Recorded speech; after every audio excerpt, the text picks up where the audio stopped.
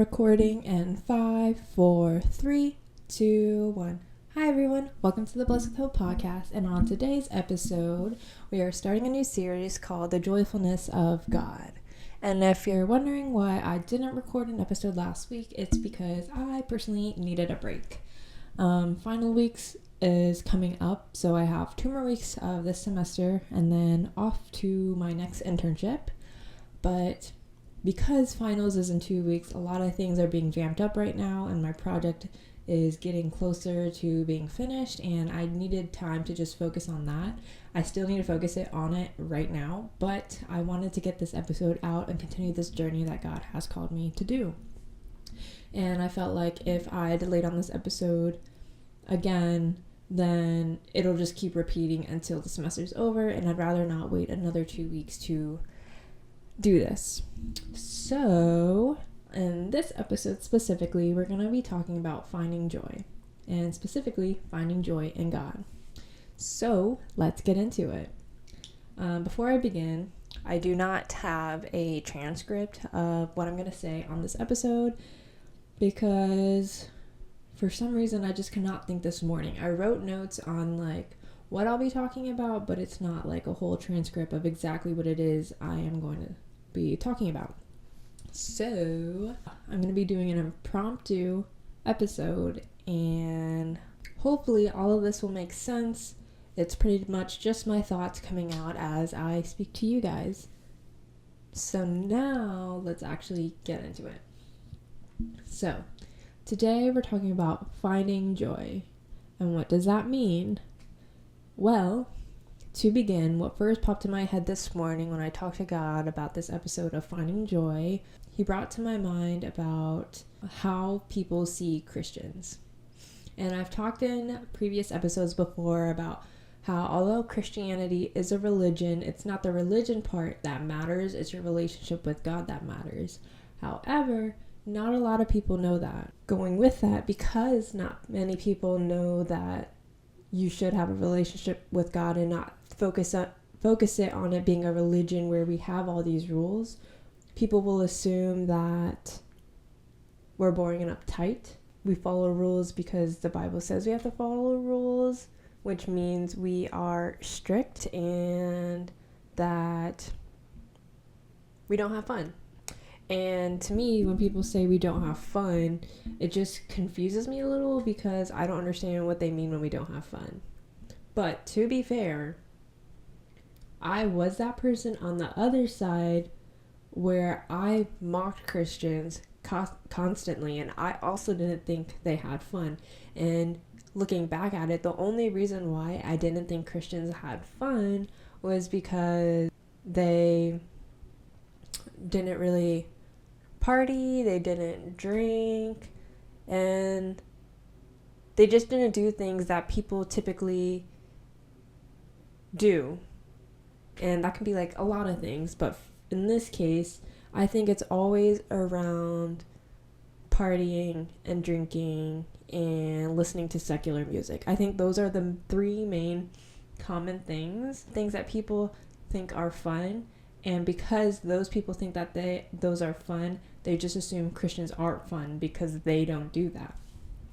And it not angers me, but it frustrates me and it confuses me because it doesn't make sense. And when I hear people say oh, the only time I can have fun is when I'm drinking. And it's like, if that's the only time you can have fun is when you're drinking, then that's just sad. Because you should be able to have fun without drinking. There's so many things you can do for fun without having to drink. And yeah, I don't know. To me, it just doesn't make sense when people assume things. And yes, I was one of those people, and I'm mad at myself for being like that, but also I repented for my sins, and that's in the past. But moving forward now and looking back and just hearing all these people, it's just can you really not be open-minded and accepting that we are just as the same as you? And when people say that we have think that we have perfect lives, none of us think that we have perfect lives. At least I don't think I have a perfect life. I don't have a perfect life. I've talked about things that happened in my past, and I'm still working through and becoming a better person or a better version of me that God has called me to be. And none of us are perfect. It even states in the Bible that no human is perfect. The only perfect thing that there is God, and God only. Literally, what I'm trying to say is that we're all literally the same. God created us all in his image, and he has given, although he's listed the 10 commandments, he has given each and every one of us free will. So you can choose to follow them or you can choose to not follow them. Of course, as a Christian, we follow them because we know that God is protecting us from whatever the enemy has planned ahead of us. And I've also stated in previous episodes too that like God is a father. So just as your father, your human father, he most likely, as I've stated before in another episode, sets rules for you to follow so that you don't hurt yourself, you don't embarrass yourself, and that you keep yourself protected. And it's the same thing with God. He has these 10 commandments because he's protecting you from what the enemy has. He is protecting you and guiding you so that he can set you up for a better future, which is exactly what your dad does in the human form. And it's really not different at all. The only reason I feel like people aren't accepting is because they're not open-minded. They're not willing to accept that we're not bad at all. Like, no one's forcing you to do anything. God's not forcing me to do anything, but I'm doing it because I have built this relationship and trust with God. And not a lot of people, in my opinion, can say that. Okay, I recorded this. This is my third time recording this. So I'm just going to stitch all 3 videos together and pray for the best that it all makes sense. So let's talk about what it means to find joy in God. When I mean find joy in God, I mean continue building your relationship with God and start to do things with him. Not a lot of people, I think, take the time to do that. I, at first, never did that because I wasn't sure what it looked like or what it meant. But really, it's just doing activities with God, learning to be content with yourself, learning to be content with just relying on God versus relying and being dependent on someone who is there right with you. And it's important to be able to do things by yourself. Not everyone is going to be there for you when you want to do certain activities. But that could change depending on the friends that God brings you. God has God-given friends that he has in place in your life so that you are not alone, because it states all over the Bible that you should not be by yourself and that you shall be filled with like-minded individuals like around you. And so he doesn't want you to do things alone, but he also wants you to learn that to be content with yourself before he brings those people into your life, so that you're not always dependent on him and that you don't leave him for them. Because there are days where you just need to just do one-on-one time with God. And for example, back in, I think it was 2021 is when I first started going on dates with God. And I know I talked about it before in one of my episodes about going on dates with God. I feel like that is just very important to do in building your relationship with God, because it brings your relationship to a whole nother level that you didn't know existed or could happen. And one of those dates I went on was my first date ever with God, which was going to Topgolf. And knowing me, I do not like doing things at all by myself. Like, I never enjoyed eating by myself. So like when I see people eating by themselves at restaurants, I just get sad for some reason. And the only reason why I get sad is because I feel like they're lonely. I feel like they don't have any friends or anyone who wanted to hang out with them. But really, all those feelings I had towards those people are feelings I had towards myself. I always felt like people judged you when you ate by yourself, wherever you were at. But that's just not the case. The enemy was just implanting these negative thoughts into my head to make me think that way and to think that that's not okay to do. But in reality, those people who are sitting by themselves and eating at restaurants, I applaud them, because not many people do that. And if they do that, it's because they're content with themselves. They don't care what other people think, and they just enjoy me time. And I needed to learn, and I have learned what it's like to have me time. It's okay to be by yourself. It's okay to be by yourself, because I want you to know that God is with you through it all. And going on that date with him to Topgolf was completely different, and I totally forgot about it until just now.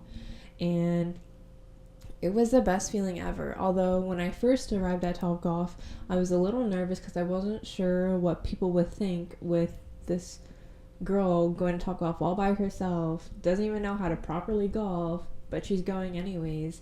And I was just nervous, but I got onto the 3rd floor, and I was hoping no one was going to be in the next bay next to me, but unfortunately the bay next to me was a group of people. And so I needed to get out of my fear and get out of my comfort zone and be okay with that, knowing that it's just me and God, knowing that I'm actually not there by myself, but God is right there with me, watching me.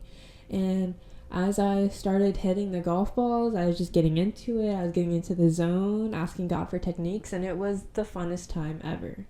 Although I was still a little uncomfortable, because I was like, physically I was there by myself. Spiritually I was not, but knowing that all these other people saw me by myself, like, I still had that fear in me of people judging me, but at the same time, I also knew that it didn't even matter, because I knew God was right with me all along. And hitting all those golf balls and getting it super far, it was very accomplishing, and I was just proud to have been able to jump out of my comfort zone and really take that leap of faith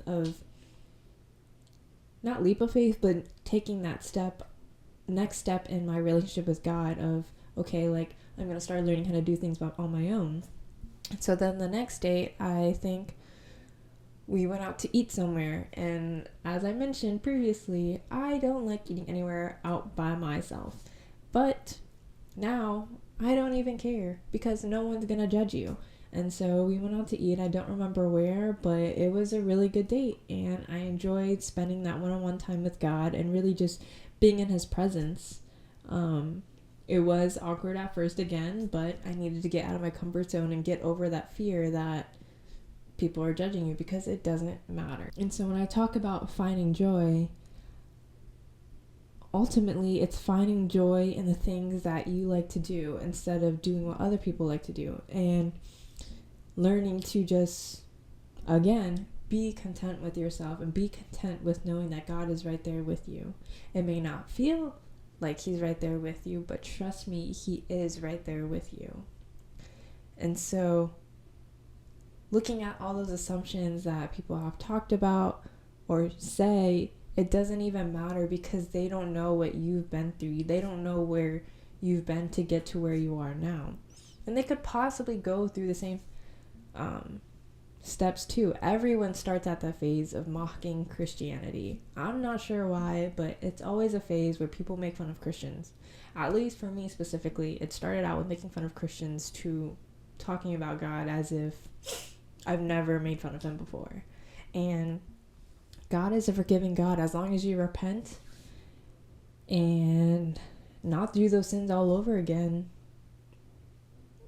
move forward and continue your journey with God and get to know him on a deeper level. He wants to know you as an individual. Yes, he created you. Yes, he knows who you are, but he wants to build a one-on-one relationship with you. Because he knows all these things about you, you don't even know all of the things about God. And so he wants you to get to know him. He wants you to share things about yourself to him as if he doesn't already know. He wants you to know that he's reaching his hand out for you, calling you, waiting for you to pick up that call so that he can be right there with you and know that you know that he's on your side. And people may think we're boring. So what? It doesn't even matter, because we all literally do the same thing. The only difference is that we know God and they don't. And it is our job to continue spreading the gospel of God to those around us, even if they hate listening to it, even if they don't care about it, even if they don't listen to it. Subconsciously, they are listening to what you're saying, and you possibly could have planted a seed in their head that later down the line will start to sprout, and they'll come to you with questions of wanting to know who God is. So I'm not sure what the whole point of this episode was, other than finding joy, and I'm kind of just going off of whatever I'm hearing God say, and yeah. I guess this whole episode is learning to be content with yourself, learning to be content and dependent on God rather than other people. And as you continue to build your relationship with God and understand Him on a deeper level, things are going to start to change, things are going to start to shift, and I feel like you're going to find more joy in your life because you're going to become more open-minded. Your eyes are going to be more open to seeing the opportunities God has for you. And as you continue to know God and how loving He is, how kind He is, how hopeful He is, and how beautiful He is, you're going to start to see His creation everywhere and be appreciative of all the things that He has created. You're going to look at things differently. You're going to look at things with a new perspective. And personally, I think it's life-changing because you don't look at things the same way as you did in the past. I don't know what else to say other than that loving God is different when you allow yourself to be open onto who God is and getting to know Him differently than what you've heard from other people. This is my welcome back to a new series. Alrighty. That's it for this episode, and hopefully you took something away with it. Yeah. I hope you have a blessed day, and I will see you next week.